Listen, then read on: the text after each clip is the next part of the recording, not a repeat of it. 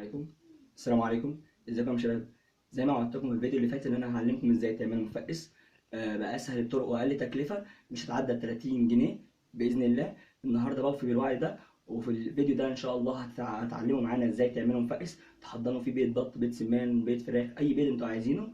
واتمنى ان بعد الفيديو ما تتفرجوا عليه تقدروا تعملوا فعلا المفقس وتحضروا فيه اللي انتوا عايزينه. دلوقتي قبل ما نبدا بزرع المفقس هنعرف الادوات اللي هنستخدمها في المفقس. اول حاجه معانا في الادوات النهارده طبق، اي طبق عندك في البيت يكون يفضل ان هو يكون عميق ويكون مسطحه كبير. هنجيبه نحط فيه ميه، وهنجيب عليه سلك، اي سلك عندك هتحطه عليه. واستخدام السلك ده وحاطينه ليه هنعرف بعدين في الفيديو. تاني حاجه الترمومتر. الترمومتر ده يعتبر من اهم حاجه موجوده معانا في صنع المفقس، ويفضل ان هو يكون 2 في 1، يعني حراره ورطوبه. وده هتلاقيه موجود عند محلات الادوات الطبيه، وده يعتبر اغلى حاجه في تكلفه مش هتعدى من 15 ل 25 جنيه، وممكن تلاقيه في اي محل ادوات طبيه. تالت حاجه مروحه كيسه، اي مروحه صغيره كده ممكن عندك ما بتستخدمهاش في كيسه بايظه او في غطا الكيسه تستخدمها، هتجيبها وتجيب معاها يو اس بي عندك برضو قديم ما تستخدموش بايظ من عند سوكت الشاحن، هتقطعه من ناحيته وهتوصله بالكهرباء بتاعه المروحه وهيشتغل معانا على طول.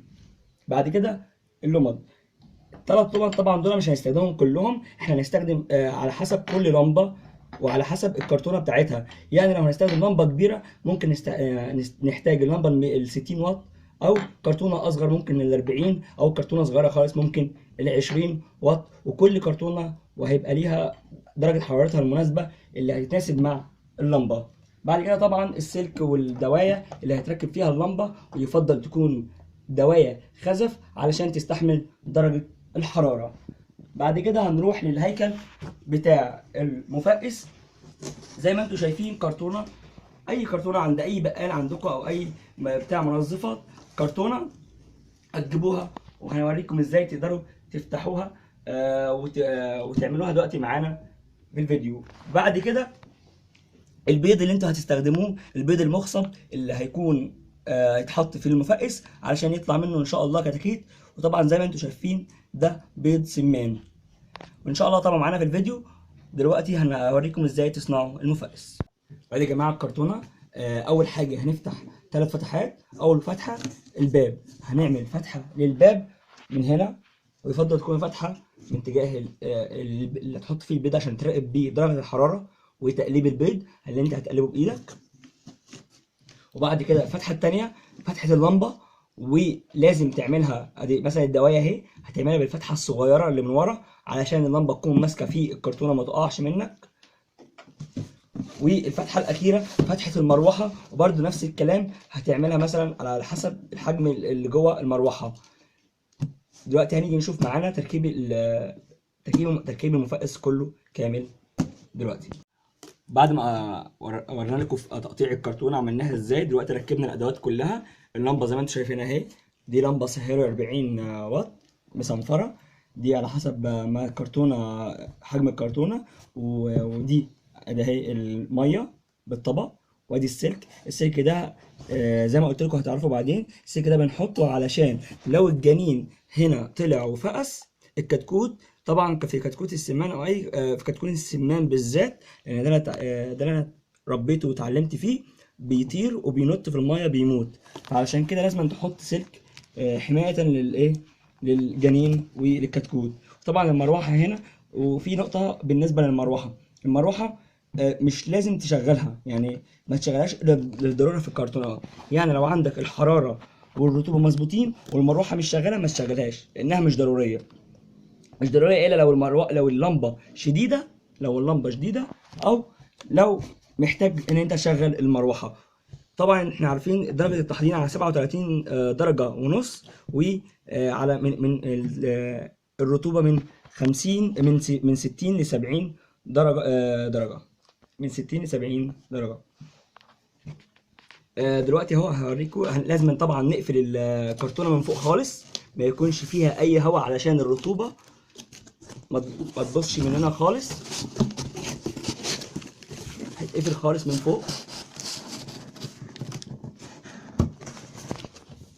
اهو زي ما انتم شايفين معانا الكرتونه مقفوله خالص من فوق، وادي اهو من جوه زي ما انتم شايفين. انتوا اهو الباب ده، الباب اهو، الباب بيبقى مقفول برده خالص، ما بيتفتحش الا للضروره او انت للمتابعه. حبيت تتابع، لو حبيت تتابع عندك اهو الترمومتر هناك اهو، تتابع منه درجه الحراره. طبعا ده عشان لسه اللمبه ما لسه شغاله، فلسه درجه الحراره ما اتظبطتش. والمروحه عندك اهي، المروحه شغاله اهي، لو شايفينها اهي المروحه شغاله. وزي ما انتم شايفين اهو محضن بسيط باقل تكلفه، مش هتكلفك اكتر من 30 جنيه. ممكن ما يكلفكش التكلفه دي كلها لو الادوات كلها موجوده عندك في البيت، ممكن تستعملها تعملها ريسايكلينج من غير اي حاجه. وطبعا زي ما قلت لكم المروحه مش لازم تشغلها او مش اجباري تشغلها في الكرتونه، لان الكرتونه زي ما انتم طبعا شايفين حجمها صغير. كل ما الكرتونه تكبر كل ما هيكون صعب تتحكم في درجه حرارتها بدقه عاليه. نقطة تانية عايز أقول لكم عليها بالنسبة للتحضير، التقليب يعني أقل حاجة تقلب 3 مرات أو 4 مرات في اليوم. هتروح محرك البيض كده، تحرك البيض بعد تالت يوم من التحضير، وآخر 3 أيام ما بتقلبش فيهم البيض علشان الجنين ما يقلبش وضعه ويطلع غلط أو ممكن يموت جوه. تمام. ونقطة كمان، دلوقتي ادي معانا بيضه، هناخدها اهي.